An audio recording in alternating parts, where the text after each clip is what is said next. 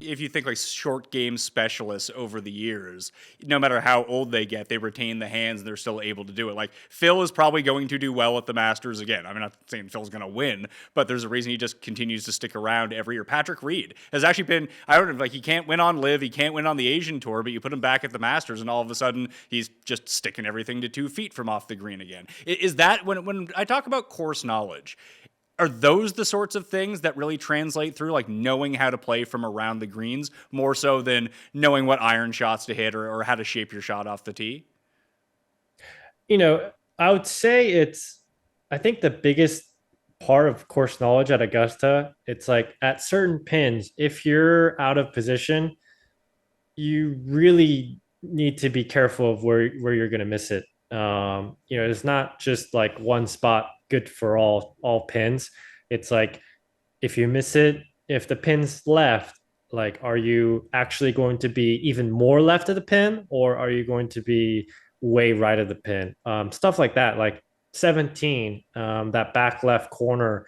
Back pins, you generally want to give yourself room short, but that back left pin, because the green works away from the fairway, the miss is actually, past the pin. A little long is totally fine there. So stuff like that where you really, really have to not only know where to miss it, but just commit to missing it there and be okay with it being an uncomfortable spot or where it's kind of unorthodox feel of, just being super aggressive to that weird spot or stuff like that. But I think, and if you have a short game like Patrick Reed, that guy is filthy, filthy with the wedge. So that certainly helps as well. What are like so you're playing the draw.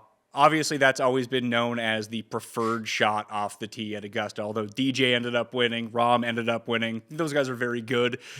Has that changed over the course of the past? Like since the last time you played to now? I know some trees fell down. Maybe the course is a little bit different where they extended it. But do you still think the draw is generally the preferred play off the tee?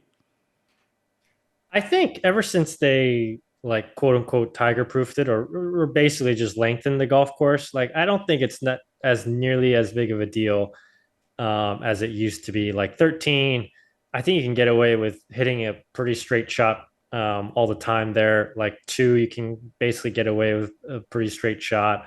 The draw is a bit overblown in my opinion. Like you said, like Nicholas, Tiger, Rom, DJ, like all those guys mainly hit cuts for the most part, and did totally fine. I think your mid to long iron game has to be just spectacular for you to win out there. That which is, I think, the more important thing as opposed to being able to just curve it one direction, one way. Thinking about going to the course, and obviously you're going to get your practice rounds in. What do you think are the most difficult tee shots at that course? One is hard without the fact that it's the first tee shot of the Masters at Augusta National. Um, I would say 7 is actually pretty tricky. The fairway slope's pretty good left to right, and if you miss it on the right side, it generally will roll into kind of that first cut, and then you have to hit somewhat of a pretty big cut around the trees to get to the green, which with like a 8 iron or 7 iron, which might not be as easy. Um, I would say obviously 13 is pretty tricky just because like you have all the world to the right, but if you want to make birdie, you kind of have to take on the creek a little bit. Um, Other than that, it's not 18 for sure. If you pull it a little too much, you push it a little too much, and it catches one of those tree limbs, like you're looking at double pretty quickly. Um, I would say those are probably the toughest tee shots. And what do you think is the toughest? I mean, it could even be a par three, but when you're sitting there with a long iron in your hand, what's the most? You just look at it and be like, I don't know where this is going to land. Like, how do I even get this close? Like 11 comes to mind a ton. Oh yeah. Mainly it's, not just like actually to me, almost the easier pins are the ones tucked on the left, because you miss it right, you have some room to get up and down. The one there's like, I think there's like a front right one where it plays shorter, but there's those big mounds on the front right of the green there, where like if you have it curving right to left and you land it right of the pin, right of the green, but it careens off that mound, like it definitely goes into the water. So now you're like, all right, like where am I going to miss this? And then 15, like especially that left side. I know TV, the leaders always hit that green too, it seems like. But like that green looks tiny from the fairway, and you're just like, please just land somewhere in grass and stay there, please. Yeah, that would work out. I'm thinking about the par threes. Is the short par three the hardest one? 12. I mean, 12. I know obviously it gets a lot of news, or highlight. It gets highlighted often just because everyone's seen it go into the water a ton. 12, I think it's just, you just kind of have to get a little lucky with the wind. But as long as you hit it, within those two bunkers, it's okay. Obviously, um, seven, or was it six? Six can get pretty difficult. Yeah. Oh, Number four. four is Four is a tough. monster. Yeah. Four is a monster. But yeah, four is a monster. It's like 230, 240, sometimes into the wind. It's shallow. You can't read that bunker on each side. It's not the easiest up and down. They put it on that back tier. It's like four steps long, and you're just trying to hit the green, and if the wind swirls wrong, and you go way long or way short, you're screwed. So four is a beast for What sure. if it's into the wind and it's 240? What are you hitting off the tee? I think most tournaments, if it's into the wind, they'll probably move it up. So yeah, at least not hitting 7 wood or 5 wood or 3 wood. Um, if it's 240 into the wind, I mean, if it's like really hard, I'd probably, my 3 wood goes lands about 265. So I'd probably hit that one. But then you're legitimately just like playing for like 3.5 at that point, where you're just trying to get out there with par or bogey, and move on to the next hole, because it's so hard. Yeah, over the past 5 years, it's the third hardest hole on the course, 3.26. So playing for 3.5 probably isn't the end of the world. Just take your medicine there, move on, don't make the big number. I think that 12 gets all the pub because that's where the big numbers come into play. Correct, correct. It's like you hit into the water, then you're dropping it like, back somewhere, like, 80 yards or whatever, and you're just kind of in shock almost. You're like, wow, I hit it in the water with a 9 iron or whatever. And that wedge shot isn't easy. Next one, because you're like, oh, what's the wind doing now? Or, where am I going to land this? And so, it's that's definitely where obviously doubles and triples get made. Are you going to try at the par three? I'm not, like, am I going to try and win to break that so-called, I don't know, what do you want to call it? The superstition or the curse, or um I'm not overly superstitious, but if I'm like 8 under through eight, I might not finish. I might have my caddy, whoever that may be, hit the putt on nine for me. But I don't know. Well, I hope we'll play it by ear on that one. No, if you get out there, maybe you can tweet it out. You can give a ticket to a fan. They can come hit the shot for you. It'll be the greatest moment of their life, and then you don't have to deal with that stress of being the guy that won the par three. Perfect, perfect. If yeah, but if I give away a ticket on Twitter, or a spectator hits a putt that I had to hit, I might not be invited back next year. That's true. I'm doing a thing with a couple guys who were on site this week, and they were like, "Here's the thing. Like, here's how you need to. You can't have your set as you normally do. You have to do it this way." I was like, "Oh my god, they're never gonna let me in there if I ever get a media pass one day." There's a lot of rules. There's a lot of rules. Is that fun though? And Like, is it fun because it's just this one thing? it's I would say I would assume that it gets better as the years go on. You know, they don't it's not like they list out all the rules. They kind of, if you make a mistake, they kind of tell you like, hey, like you can't do this, and I'd be like, oh, sorry. So that, as I'm sure as years pass, you kind of figure out what you can and what you can't do. Um, but that's definitely on your mind as when you're on property. Is the hospitality better than the Valspar? Yes, I can confirm the hospitality is much better. Most of the food is you just kind of order what you want and they kind of make it for you. Um, which honest, and I actually haven't had any of the sandwiches like from the stands. I didn't have it any last year or last time around. So looking forward to definitely trying some and see what the hype about the pimento cheese is all about. Yeah, do it in the practice round. You don't want to be ducking out after hole two, being like, "Yeah, give me a pimento cheese sandwich." Then you're walking uphill for like 3 miles or something like that. It'd be bad for the gut, I think. For sure, for sure. It's gonna be a early in the week trial for those sandwiches. One of the big things that comes up with us betting, playing daily fantasy, following the tournament, trying to predict this, it's funny, I keep going back to the Valspar, was the weather draw. How much do the guys actually talk about it? Because I saw you mention it. Like, is this something that's talked about? Like, oh, we got fucked. We're in the PM wave. And then it just turns out to be fine.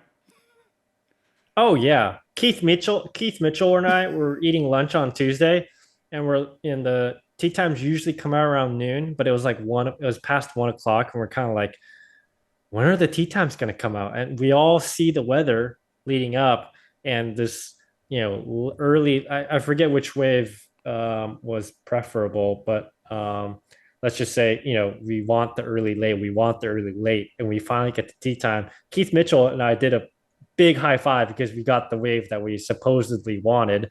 And then after Friday, you realize it was actually completely meaningless, and it was actually the late early that was the better one.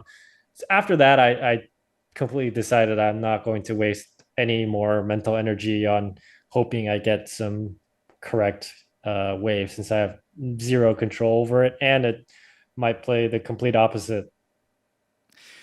Just trying to think. It just so obviously you're going to be doing a ton of prep, but does the prep for this change for you at all? Versus, I know you said that you were kind of running on fumes the past few weeks, playing 8 weeks in a row. But let's say you had to play like once every 2 weeks. So going into Phoenix, when you're doing your prep for Phoenix, are you doing more this week, or are you doing exactly what you always do to stay in your routine? I would say it's a mix of both. I'm not doing just because I'm playing the Masters. I'm not doing like a ton more. I would just say I'm trying to be a bit more specific, kind of pay attention to what shots I might need on the golf course. Like I said, thinking about that tee shot on 18 or tee shot on 1 or 10, stuff like that. And I guess that's kind of what I do before regular tournaments too. Like for the waste management, I was trying to figure out what I wanted to do on 11 because that's a pretty tee shot. What I want to do on 13 and 15 and 17. So it's not a ton more different than my normal practice routine, I would say.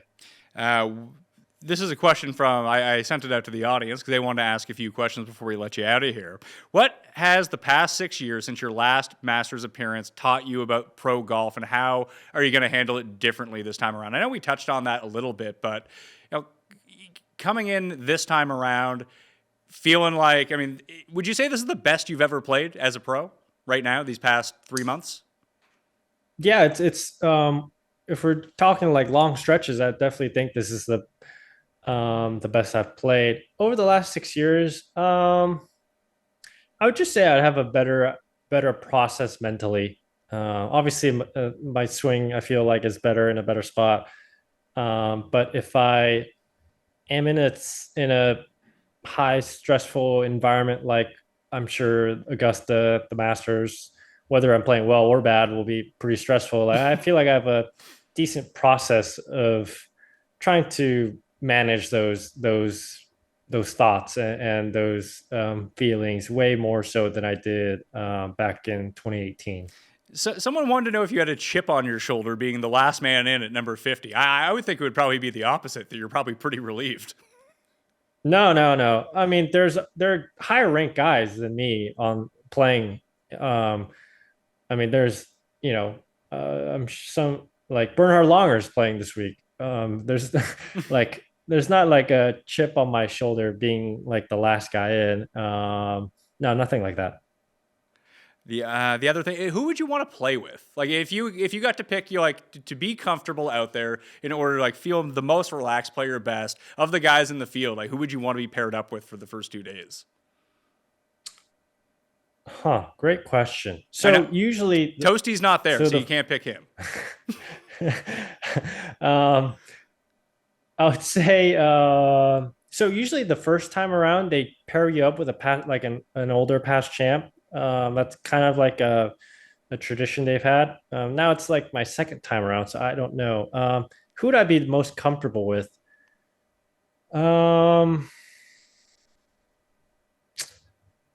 I would probably say because I have to think who's in the field too. Um, Colin Morikawa is a good friend, so I would want to play with him. Um, who else? I guess that my some of my closest friends in the field would be Colin and Max. So it'd be a nice Cal threesome would be great. All right. Well, we're going to leave you with one final question. My producer has been wanting to ask you a question. Jared, go ahead. Hey, man, just curious. When you're driving up there Thursday morning, your headspace, are you kind of like, this is an everyday thing, I belong here? Or do you kind of take a second and you're like, shit, like this is pretty cool, like this is the Masters? Or is it just like every other tournament? So the holy shit, like I'm sorry if I don't know if I'm No, you allowed. you, I you think can I'm swear allowed as to much. You curse. can Yeah, swear yeah, as much yeah. as you want. Okay. The holy shit moment is like the first the first day you're there. Like I'm gonna be there Sunday. And like that first drive through Magnolia Drive or Magnolia Lane is like, oh my gosh, like I'm here. Like this is, what I dreamed of. And honestly, Thursday, I'm just kind of like, holy shit, like I hope my game's good. I hope I hit my first tee shot in the fairway. Those thoughts are kind of going through my mind a little bit more. But like, I even when I was there before, like I really enjoyed. I took like an early scouting couple of days in 2019, like right before Bay Hill, I think last that time around, and going driving then it wasn't even the Masters, but I'm just there for a practice round, I guess. But like you're like, oh my gosh, it's definitely like a feeling of like, wow, I did a significant accomplishment in the world of golf playing in this tournament. That's a really cool feeling. Once I get to the golf course and kind of get to my routine, I've noticed that I feel much way calmer. I know what I'm doing. It's usually some of those off moments, like Wednesday night, will probably be a bit more like I don't want to say freaking out, but like the anxious anxiety might be there. Just kind of that nervous energy will be there Wednesday night. And when they say four please, Michael Kim now driving, I'm sure the heart rate will be ramped back up, but it's totally natural and kind of looking forward to it. Yeah, what you got to do to calm the nerves on Wednesday night is go find like Max Grazerman, Laurie Cantor, Aaron Rye, all the first time guys, and like go psych them out, and it'll make you feel better. It'll get in their heads. Right, right. Hey, I mean, I know I will not be the most anxious guy on the golf course that this week because there's plenty of other guys that like first timers, amateurs, like those guys, well, I'm sure will be very nervous. Even a guy like Rory McIlroy who has a I don't want to say a ton on it, but I'm sure he has a lot of thoughts going through his mind every Masters week. And you get to see all the live guys too, all your best friends who left. Oh, great, great. So I'm actually I I'm planning to play with Phil one of the practice round days. So Don't lose all that'll your be fun. money. Don't lose all your money. We played once in the off season. It was very a gentleman tie. We worked it out fine. But I will have cash on me in case something bad happens. But we'll have a good time.